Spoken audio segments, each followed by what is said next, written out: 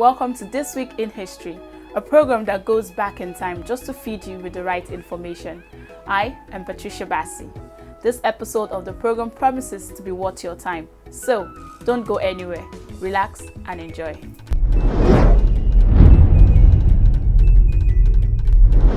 July 18, 1918, Black nationalist and the first black president of South Africa, Nelson Mandela, was born. His negotiations in the early 1990s with South African President F.W. de Klerk helped end the country's apartheid system of racial segregation and ushered in a peaceful transition to majority rule. He died December 5, 2013 at the age of 95.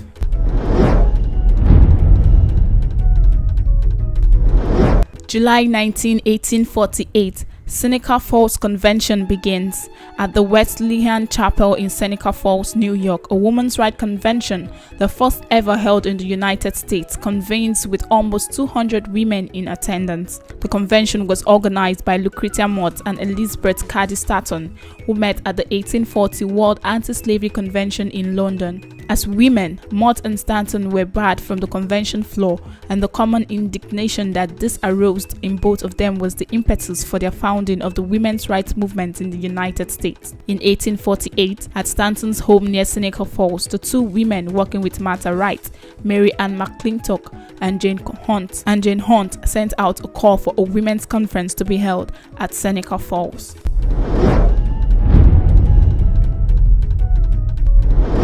July 19, 2011, former British Prime Minister David Cameron, who was succeeded by Theresa May, visited Nigeria as part of his working visit to Africa.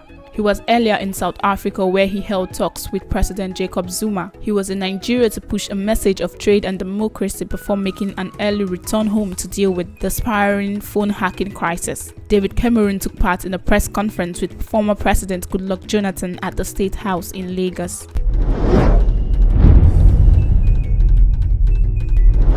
July 20, 1969, American astronaut Neil Armstrong walks on Moon. Stepping off the lunar landing model Eagle, Armstrong became the first human to walk on the surface of the Moon. At 10:56 p.m. EDT, Neil Armstrong, 240,000 miles from Earth, speaks these words to more than 1 million people listening at home. That's one small step for man, one giant leap for mankind.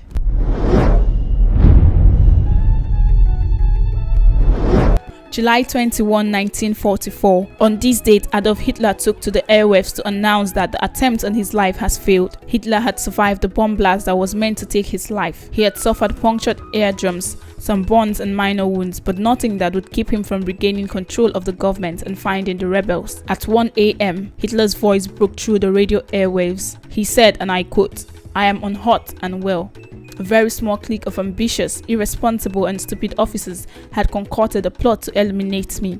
It is a gang of criminal elements which will be destroyed without mercy. I therefore give orders now that no military authority is to obey orders from this crew of usurpers. This time we shall settle accounts with them in the manner to which we National Socialites are accustomed.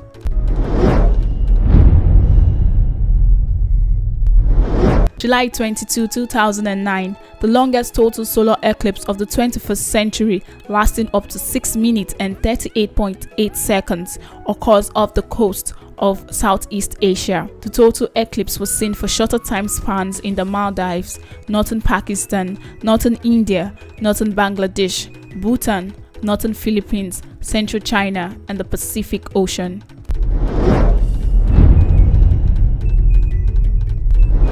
July 23, 1952, military seized power in Egypt. In Egypt, the Society of Free Officers seized control of the government in a military coup d'etat staged by Colonel Gamal Abdel Nasser's free officers. King Farouk, whose rule had been criticized for its corruption and failures in the First Arab-Israeli War, was forced to abdicate and relinquish power to General Mohammed Naguib, the leader of the coup.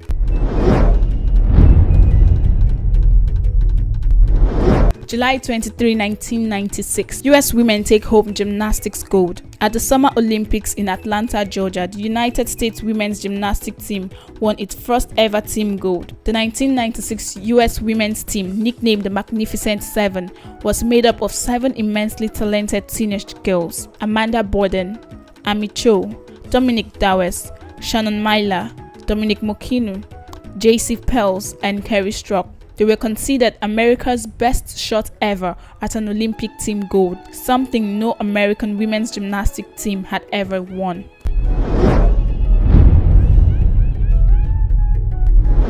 July 24, 1567, Mary, Queen of Scots, deposed during her imprisonment at Lochleven Castle in Scotland. Mary was forced to abdicate in favor of her one-year-old son, later crowned King James VI of Scotland. A wise saying states that always put your best foot forward, meaning try very hard or give your best. Well, we've come to the end of this episode of the program, This Week in History on Flip TV. Ensure to subscribe, like, and of course, drop your comments. I still remain Patricia Bassi. You can check me up on Instagram at allinfotricia. Stay blessed.